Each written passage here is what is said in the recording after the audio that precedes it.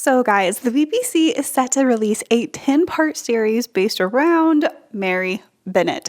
That is correct. The middle Bennet sister from Pride and Prejudice is getting her own story where she gets to be the heroine, travel, find romance. Or does she? That is what we're going to be discussing here in today's video, breaking down the book that this series is based on and my thoughts about it. So if you would like to learn all about that, then definitely stay tuned for today's video. My name is Ellie Dashwood, and this is my channel where we talk about history and literature. If you like either of those things, please subscribe. So this series is based off the book The Other Bennet Sister, a novel by Janice Hadlow, which you guys have been requesting me to read and review for you for like years now. However, I'm so scared of Pride and Prejudice sequels because sometimes they're really great, but a lot of times I've been let down. Let us just say that. However, all you Other Bennet Sister fans will be happy to know that I am now one of your number. I really enjoyed this novel. Basically, this is both a retelling and a sequel to Pride and Prejudice. The first third of the book tells the basic plot line of Pride and Prejudice with like the Meryton Ball and the Netherfield Ball and Mr. Collins and everything, but from the perspective of Mary Bennet. Then the second two-thirds of the book, like the second and the third sections, are Mary's continuing journey after the main action of Pride and Prejudice. So basically, after her sisters are all married off and she's alone at home, she has to start thinking, what am I going to do with my life? How do I find happiness? What do I want? And this journey takes on Mary on quite a self-discovery path and helps her grow as a person in just really beautiful ways. Now, overall, I appreciated so much about this book. I think the author is really great at writing.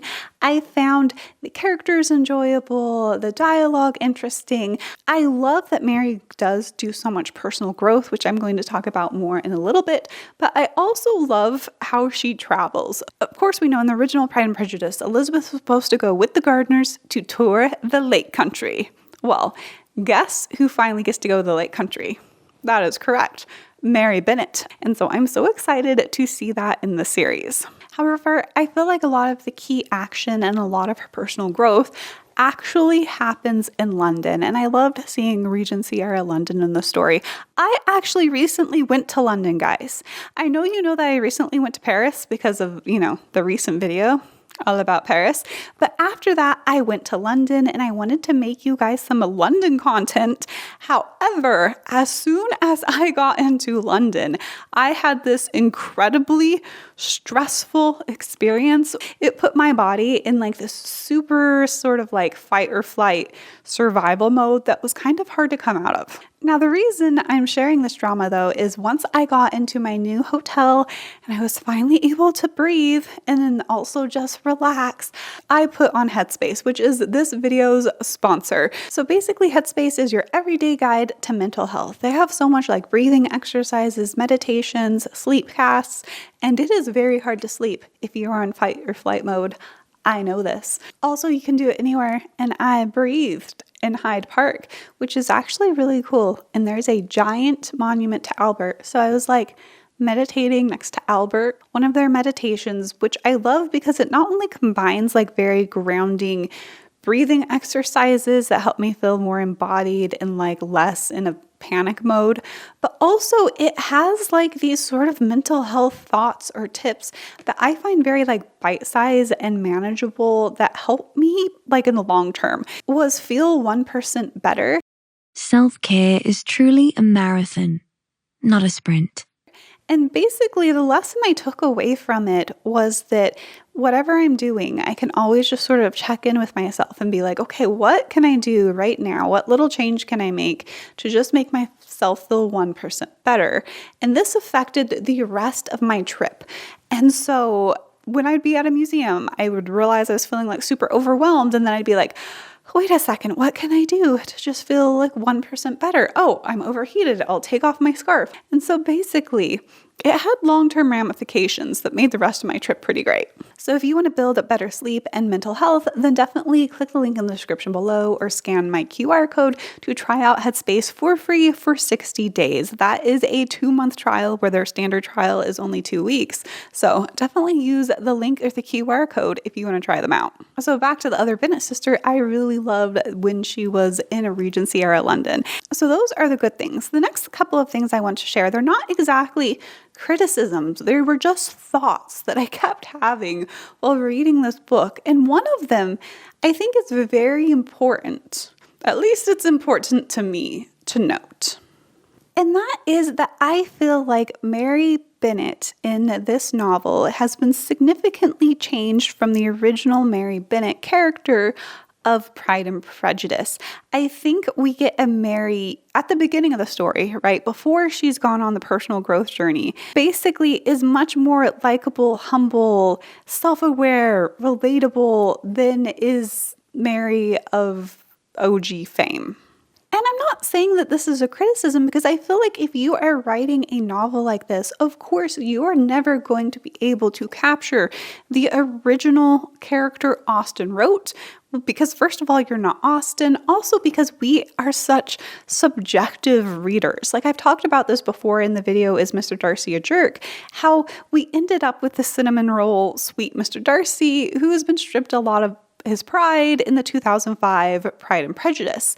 I feel like we see a very similar reworking of Mary Bennet in this novel, where she's been stripped of a lot of her less desirable traits in order to be a more comfortable underdog heroine that is easy to like. And I don't think the author necessarily even did that on purpose. This could be genuinely how she sees Mary, or it could just be the character she was interested in writing, and this is her book, and she wanted this other person in Mary Bennet's place to go on this journey with, and that's fine. And I love the Mary of this book, and I'm glad we have her to go on this journey with. How many times in this video am I going to say the word journey? I don't know. However, I also recognize that I subjectively read just like everyone else, and perhaps I'm a little bit harsher on the OG Mary Bennet than I ought to be. However, I do feel like, especially because the first third of the book is a retelling of the original Pride and Prejudice, my brain the entire time was like hyper-analyzing the differences between the two.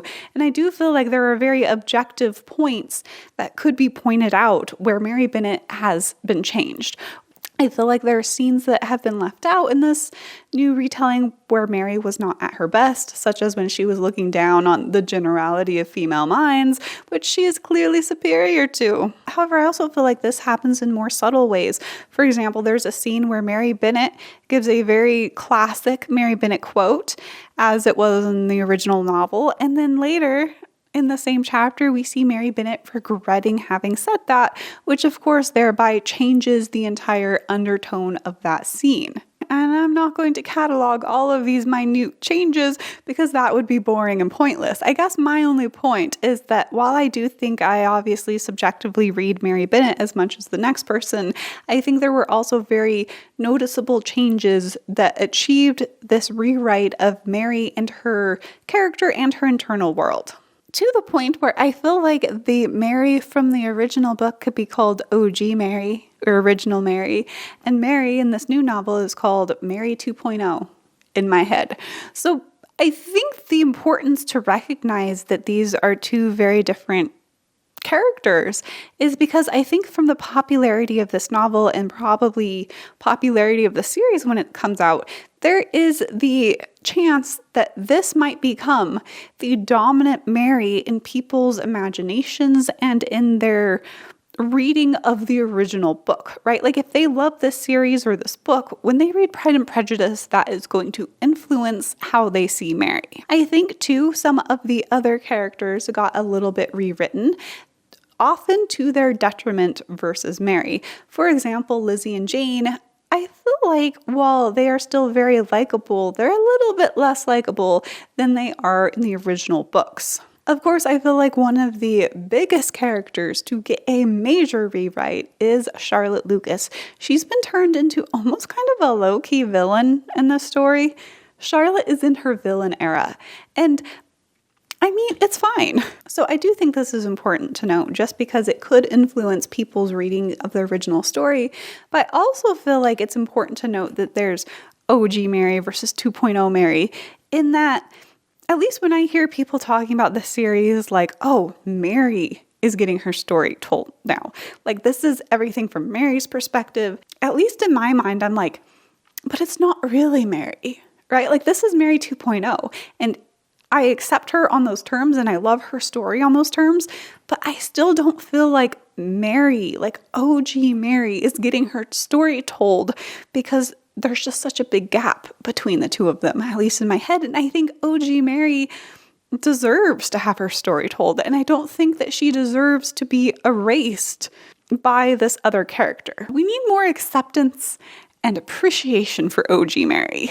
Now I feel like there is the whole issue of modern worldviews versus Regency worldviews.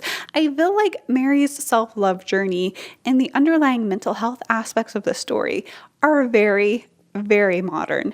Basically, Mary has to learn to love herself and accept herself and to see life in a way that she deserves happiness in this world, even if she's not her sisters, right? Like, her sisters are all pretty, that's great, but that doesn't really mean anything against her. She can be great too. I think so many of the messages and so many of the plot lines in this book are important, and I'm glad this book is written, and I feel like there's plenty of people who struggle with self-esteem or self-worth issues that should read this book and like absorb some of this in their lives. They are how we understand those topics, but at the same time, I don't think that hurts the story.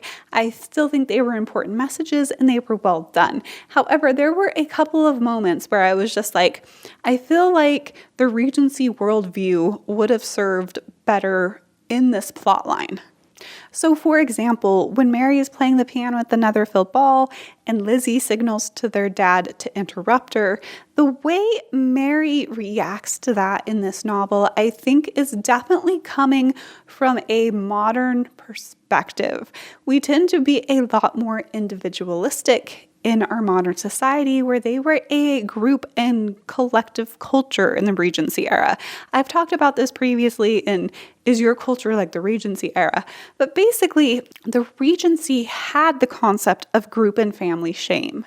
And Lizzie's actions to stop Mary from humiliating the family would not have been seen as a emotionally unhealthy thing for Lizzie to do in the time period, because they lived in a reality where you really were judged by your family. So I feel like this novel treated Elizabeth's actions much more from a modern perspective of where maybe Lizzie's fear of being shamed by her family might not be an emotionally healthy thing for her, when in the time period it would have been a completely understandable thing because they thought about groups versus individuals in a very different way.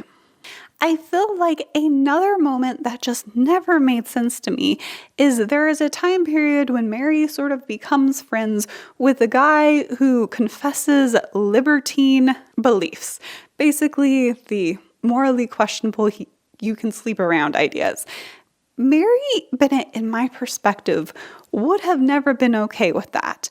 First, we know that Mary is very religious and she's kind of strict in her religious principles. I do not think any amount of self-love journey would have changed that about Mary. And so I didn't find this believable. However, Mary treats it kind of casually in the story, and I think that was another moment of very modern perceptions on something. Even though I would say that overall, that's not something I would complain about in the story. I think the author researched really well. I think the Regency world is very, very well done. Again, like, these are just random thoughts I have. I can't even say that these are actual, like, criticisms of the story, because I did love it so much and I am so excited for this series to come out. However, I think the main thing that is making me anxious about this new series is actually them ruining it. Like, what if they change all of the wrong parts? Like, I feel like I've had this happen to me too many times where I get super excited for something and then I see it and then I'm like, what was that? So for example, do you remember what they did to Jane Austen's Lady Susan when they turned it into Love and Friendship? I still don't even know what that was. However, I'm going to breathe through this anxiety with our sponsor, Headspace. Remember, you can get a 60-day free trial by clicking the link in the description below or scanning the QR code on screen in order to enjoy many things like sleep casts, meditations, and other things to improve your mental health. And also, guys, thank you so much for watching. Let me know in the comments down below what you think about the Other Bennet Sister. Are you excited for this series? Also, special shout out to our channel members. Hi! And as always, guys, keep being awesome because you're awesome. Bye!